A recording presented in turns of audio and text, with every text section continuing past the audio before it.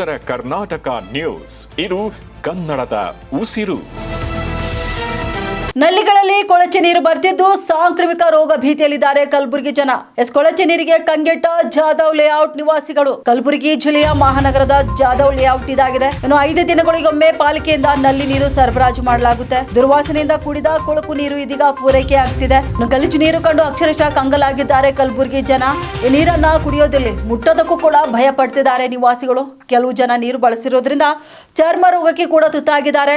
ಜನರ ಆರೋಗ್ಯದ ಜೊತೆ ಚೆಲ್ಲಾಟ ಆಡ್ತಿರೋಂತ ಕಲಬುರಗಿ ಮಹಾನಗರ ಪಾಲಿಕೆ ಕಳೆದ 10 ದಿನಗಳಿಂದ ಕೊಳಚೆ ನೀರು ಪೂರೈಕೆ ಆಗ್ತಿದೆ. ಏಕೆಂದ್ರೆ ಮಳೆ ಇಲ್ಲದೆ ಅಂತರ್ಜಲ ಕುಸಿತ ಬತ್ತಿರುವಂತ ಜಾಧವ್ ಲೇಔಟ್ ಬಡಾವಣೆಯ ಬೋರ್ವೆಲ್ಗಳು ಇವಾಗಿವೆ.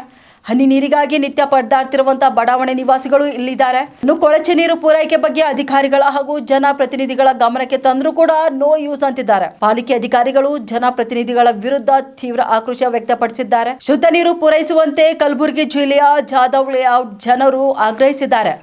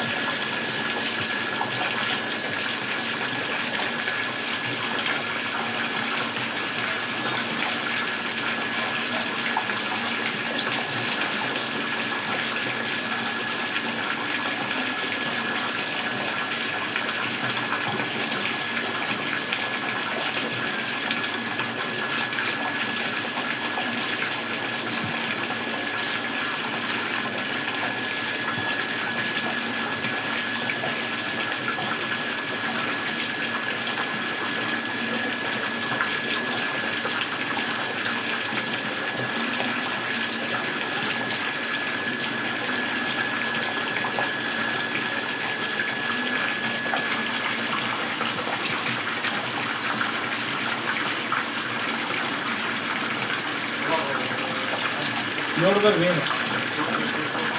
ಅದು ಇಂಥ ಹಳೆ ಬಂದ ನನಗೆ ಅವು ಬಂದ್ರೆ ವೈರಲ್ ಮಾಡ್ತಿದ್ದ ವಿಡಿಯೋ ವೈರಲ್ ಮಾಡ್ಬೇಕು ಸರ್ ಅದು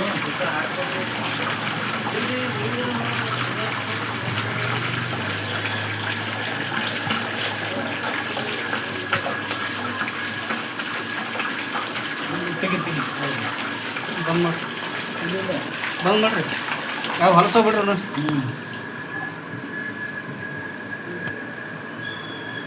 ನಾನು ಇರಿಸ್ರಿ ಏನು ಹೊಲಸೋ ತೆಗಿ ಫೋನ್ ತೆಗಿ